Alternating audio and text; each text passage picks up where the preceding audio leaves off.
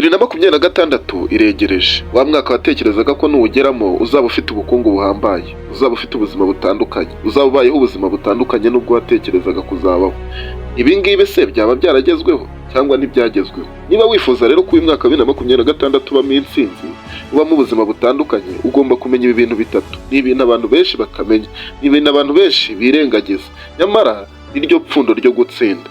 Ibyo bintu bitatu nta bindi. Ubundi ikosa rya mbere abantu bakora ni ukutamenya kwihangana. Kwihangana nicyo kintu cya mbere kizakugeza ku ntsinzi mu mwaka wa 2026. Kubera iki? Ubundi abantu benshi iyo bareba intsinzi bayireba mu buryo bubangutse, mu buryo bwihuse. Baba bakeneye intsinzi ako kanya, ariko intsinzi ntabwo izuwo mwanya. Intsinzi isaba igihe. Abantu bose batsinze bagiye batangirira ku gutsindwa, bagatangirira ku tuntu duto, bikarangira bageze ku ntsinzi. Ariko wowe urashaka intsinzi mu mwaka umwe, urashaka intsinzi mu kwezi kumwe, urashaka inyungu mu kwezi kumwe. Ariko ibi ngibi ukwiye kubitekerezaho, ukabanza ukamenya ko kwihangana aribyo bizatuma ugera ku ntsinzi. Iyo result ukeneye, uko gutsinda ukeneye, ugomba kumenya ko ugomba gufata igihe. Kandi nibiramuka bitanagezweho, ugomba kumenya yuko ugomba kwihangana, ahubwo ugakomeza ugakora mpaka bigezweho. Ntucike intege. Ubundi abantu bose bagerageje gucika intege ni nabo batsinzwe. Ntabwo umuntu atsinda kubera yuko atigeze ahura n'ibigeragezo. Aba yarahuye n'ibigeragezo, ahubwo akagira kwihangana, akagira kwizera ko ibyo agomba gukora agomba kuzabigeraho, kabone nubwo byaba bitari kugenda neza uyu mwanya wa none. Uyu mwanya wa none 2025 ishobora kuba igusize utageze ku ntego yawe, ariko ntabwo impamvu ari uko utakoze, nta nubwo impamvu ari uko utashyizemo ubushake, ahubwo ni ukubera yuko intsinzi isaba igihe. Wowe wicika intege ngo uvuge 2025 isize ntageze ku ntego zanjye, isize ntakoze iki n'iki n'iki. Oya, ahubwo wowe gira umurava, ugira ubushake bwo gukomeza gukora mpaka ugeze ku ntego zawe.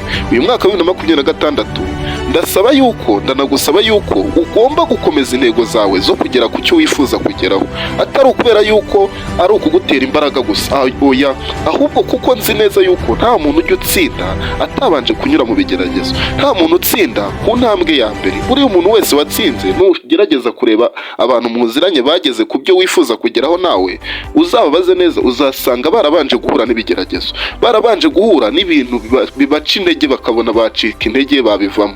Ariko kwihangana niko kwabateye gukomeza bakagera ku ntsinzi. Nawe rero uyu mwaka wa 2026 iga kwihangana, wicika intege, wikora ikintu ukunda ngo nurangiza ucika intege uvuge ngo ntikiri kugenda. Wowe ahubwo shyiramo imbaraga, hanyuma ukomeze ukizereremo, kizagerwaho. Ikindi kintu nanone gikomeye cyane abantu batajya bitaho ni ukutamenya kwishimira intsinzi nto. Ubundi kutamenya kwishimira intsinzi nto ni nabyo bituma ucika intege, nibyo bituma ureka kwihangana. Ubundi kwishimira intsinzi nto ni ukugira gute? Kwishimira intsinzi nto ni ukwigereranya nawe ubwawe. Abantu benshi iyo bagiye kwigereranya, bigereranya n'abageze ku bintu bikomeye, kandi mu by'ukuri ntibazi inzira banyuzemo, ntibazi uburibwe baciyemo, ntibazi ibikombe banyuzemo. Ariko wowe urashaka kwigereranya nabo. Wowe wigereranye n'ubuzima wari ubayeho. Ese 2024 kuko 2025 yari mbi kurusha 2024? Ese hari icyo naba naragezeho? Niba ubona hari ikintu wagezeho, niyo cyaba ari gitoya, cyishimire, kubera yuko ni achievement, ni ikintu wagezeho. Wibabara ngo uvuge ngo iki sinakigezeho, ahubwo ukomeze ukore cyane uzakigeraho mu mwaka utaha. Wicika intege rero, ishimira utuntu dutoya wabashije gukora tukagenda neza, kuko utwo tuntu duto nitwo tuzabyara ikintu kinini. Iyo wishimiye intsinzi nini gusa, ushobora gutegereza amaso agahera mu kirere, ugategereza ibyo bintu ntubigereho, ahubwo ugacika intege, ukanareka ibyo bintu byari kuzakugeza ku ntsinzi nini. Ishimire intambwe nto wateye, ishimire uruhare wagize mu kugera ku ntsinzi yawe. Ntubabazwe nuko utageze kuri cya kintu gikomeye wari wagambiriwe kugeraho 2025, ahubwo uyu mwaka wa 2026 noneho ugitumbere, ukizere ko ugomba kukigeraho, nzi ko uzakigeraho. Ikindi kintu cya gatatu ari nacyo nsorezaho ni ikintu cyo kutamenya kubaha. Ushobora kuvuga ngo kubaha se ninde utubaha?